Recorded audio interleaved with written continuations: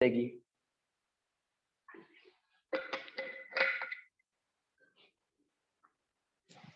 हो सकता है यदि आसक्ति और गर्व किया तो।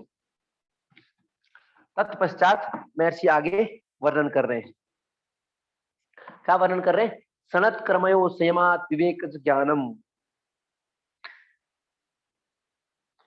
सनत कर्मयो संयमात विवेक ज्ञानम।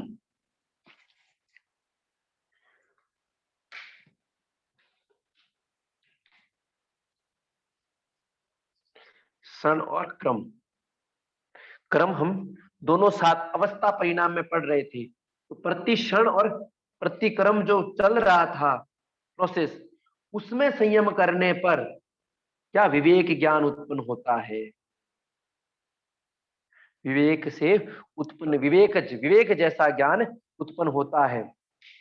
Bye samyama over the moments and their succession. Moments and their succession.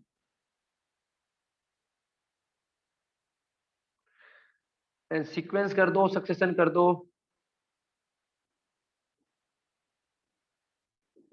Succession comes knowledge born of discrimination, comes knowledge of born of discrimination।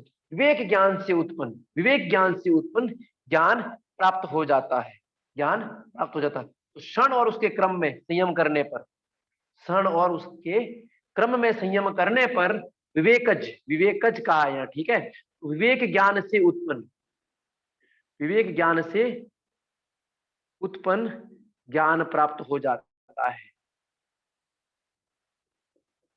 तो विवेक ज्ञान से उत्पन्न ज्ञान विवेक ज्ञान ही होगा, विवेक ज्ञान से उत्पन्न ज्ञान विवेक ज्ञान ही होगा। तो वो ज्ञान प्राप्त हो जाएगा किस पे? क्षण और उसके क्रम में संयम करने पर।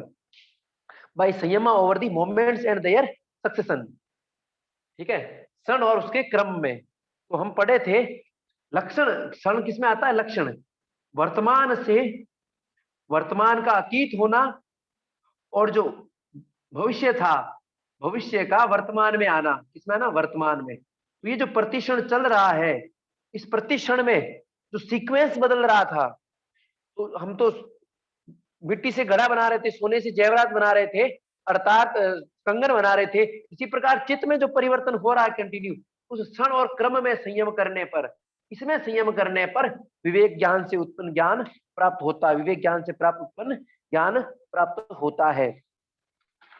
अब आगे महर्षि कह रहे हैं, अब विवेक ज्ञान कैसा है, वह विवेक ज्ञान कैसा है, विवेक ज्ञान से उत्पन्न ज्ञान कैसा है। विवेक ज्ञान के बारे में वर्णन करते बता रहे हैं। जाति लक्षण देश, जाति लक्षण देश,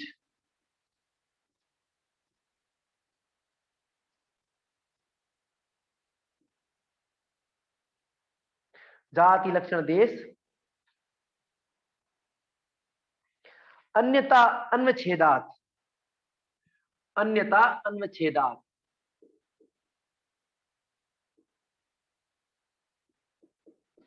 छेदात तुल्योसता प्रतिपति, तुल्योसता प्रतिपति।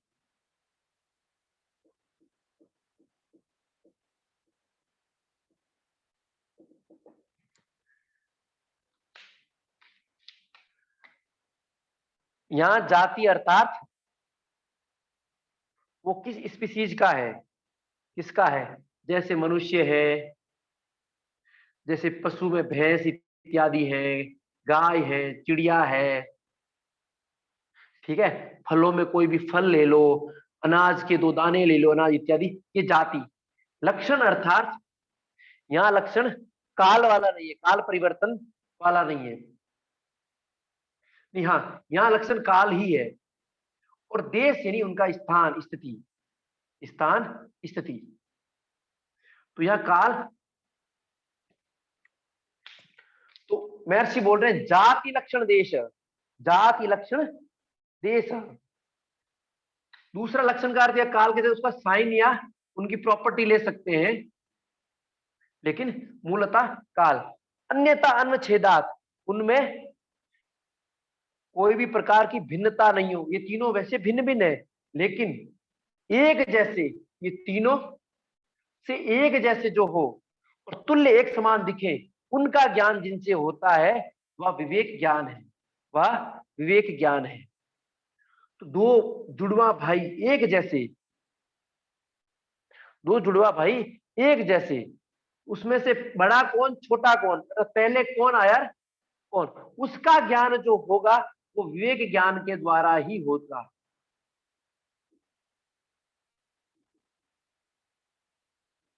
इसी प्रकार तो एक समान गाय, ये गाय किसकी है, ये गाय किसकी है, किसकी मतलब किस स्थान से आई है, किस घर की है, तो इसका ज्ञान भी इस विवेक ज्ञान के जो ये बता देते वही ज्ञान है। तो विवेक ज्ञान क्या करता है, जाति लक्षण देश तीनों स्थितियों में एक जैसी वस्तु का जो एकदम तुल्य दिखती है, एक समान दिखती है, एज इट इज दिखती है, कॉपी टू कॉपी, उसका ज्ञान करवाने वाला कौन है, ये विवेकज ज्ञान है, विवेक ज्ञान है। Two similar are there by distinguished when not separately distinguishable by genus difference and position in space, जिनका पता नहीं चल पा रहा है सामान्य, दो समान एक समान वस्तु, दो आंवले, दो आम, दोनों में विशेष क्वालिटी क्या है, दोनों में पहले धरती पे कौन गिरा, ठीक है, ये ज्ञान, क्योंकि दोनों धरती पे पड़े मिले, दो आंवले थे, दो आम थे, हमें धरती पे पड़े मिले, तो इन दोनों में से कौन अच्छा पका हुआ है, इन दोनों में से पहले धरती पे कौन पड़ा है, इत्यादि ज्ञान, क्योंकि एक समान है और इनमें भिन्नता हम अनविच्छेदात्मक हम कर ही नहीं सकते, उसका छेद कर ही नहीं पा रहे हैं कि वास्तव में पहले कौन आया पश्चात कौन आया, क्योंकि हमने जब देखा तब एक साथ पड़े थे, हमने जब देखा तब एक साथ पड़े थे। इसी प्रकार दो शेर के बच्चे वो हमें दिखे, वो तो एक जैसे दिखते हैं, कोई भिन्नता नहीं दिखती, तो इनमें से पहले कौन जन्मा, अर्थात इनमें से माँ किसकी, किसका माँ कौन है, किसकी माँ नहीं है, कौन अधिक तेज है, इत्यादि लक्षण का पता हमें इस विवेक ज्ञान से प्राप्त होता है। तो विवेक ज्ञान वो है जो जाति लक्षण देश इनसे अभेद होता था, एक समान होते हुए, और ये सब क्या है, एक जैसे, एक समान, एक स्वरूप, एक गुणधर्म के जो होते हैं, उनका पता जिनसे पता चलता है वह विवेकज ज्ञान ही है। तो विवेक ज्ञान से जो सामान्य हम पता नहीं कर पाते हैं वह सब कुछ पता कर सकते हैं, सब कुछ पता कर सकते हैं। अब और इस विवेक ज्ञान के बारे में बता रहे हैं, क्या बता रहे हैं, तारकम सर्व विषयम, तारकम सर्व विषयम सर्वता विषयम कर्मम, विषय कर्मम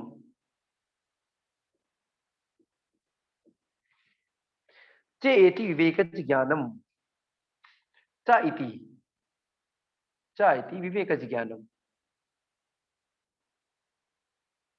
विवेक ज्ञान से उत्पन्न ज्ञान कैसा है, तो तारकम तारने वाला, सर्वविषम सभी विषयों को जानने वाला, सभी विषयों को जानने वाला, सब प्रकार से जानने वाला, सब प्रकार से जानने वाला, क्रम से भी जानने वाला और बिना क्रम के भी जानने वाला, अर्थात किसी भी वस्तु का, किसी भी विषय का सभी प्रकार से, सभी स्थितियों में, सभी परिस्थितियों में, क्रम बिना क्रम सब प्रकार से जान लेता है, चाहे अर्थात और है ना, सब जानने वाला और सब प्रकार से जानने वाला विवेकज ज्ञान है।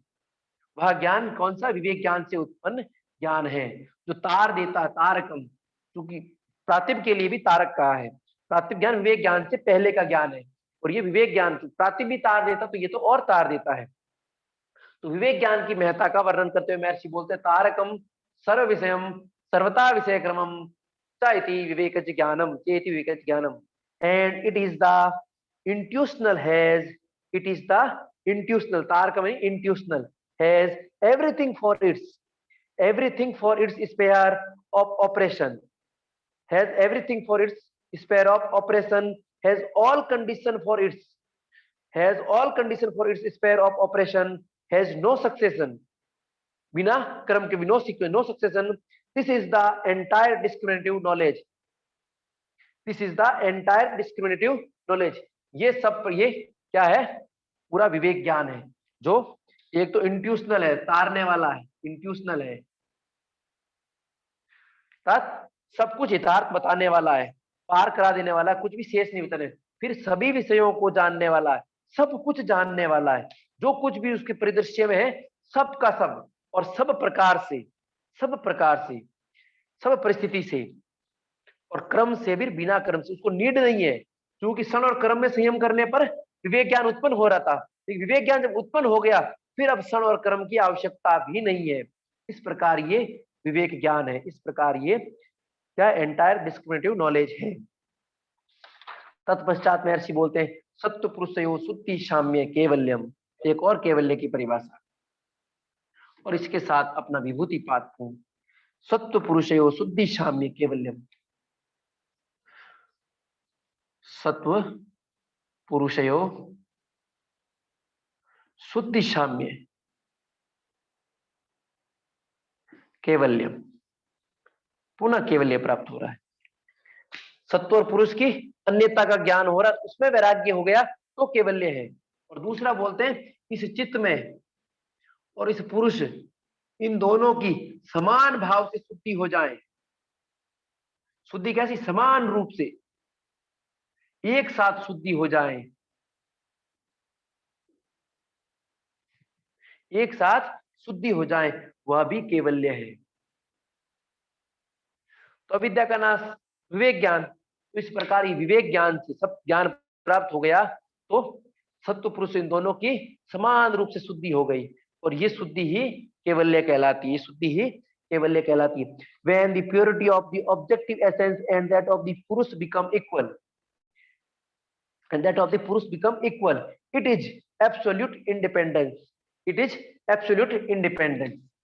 चूंकि पुरुष तो क्या होता है, शुद्ध ही होता है, दृष्टा दृश्य मात्र शुद्धोपि, लेकिन सत्य तो शुद्धि साम्य है, तो इसकी शुद्धि किसके समान, इस पुरुष के समान हो जाए, तो चित्त की शुद्धि पुरुष के समान, तो समान भाव से दोनों एक शुद्ध हो जाए, एक, ठीक है। तो पुरुष तो स्वभाव से शुद्ध रहता है, शुद्धि किसकी होती है, चूंकि सत्व की, लेकिन शुद्धि किस प्रकार, जितना पुरुष शुद्ध है इतना ही ये चित्त शुद्ध हो जाए, तो ये समान भाव से जो समान रूप से सिद्धि हो जाए, ये क्या है, केवल्य है, केवल्य है। विवेक ज्ञान से क्यों अविद्या का नाश हो गया, अविद्या का नाश तो मूल स्वरूप प्रकट हो गया, मूल स्वरूप प्रकट हो गया। तो सत्व पुरुष है शुद्धि साम्य केवल्यम, शुद्धि साम्य केवल्यम, अपना विभूति पाद पूर्ण हुआ। रिकॉर्डिंग बंद कर दीजिए, किसी को कुछ पूछना है पूछ लीजिए।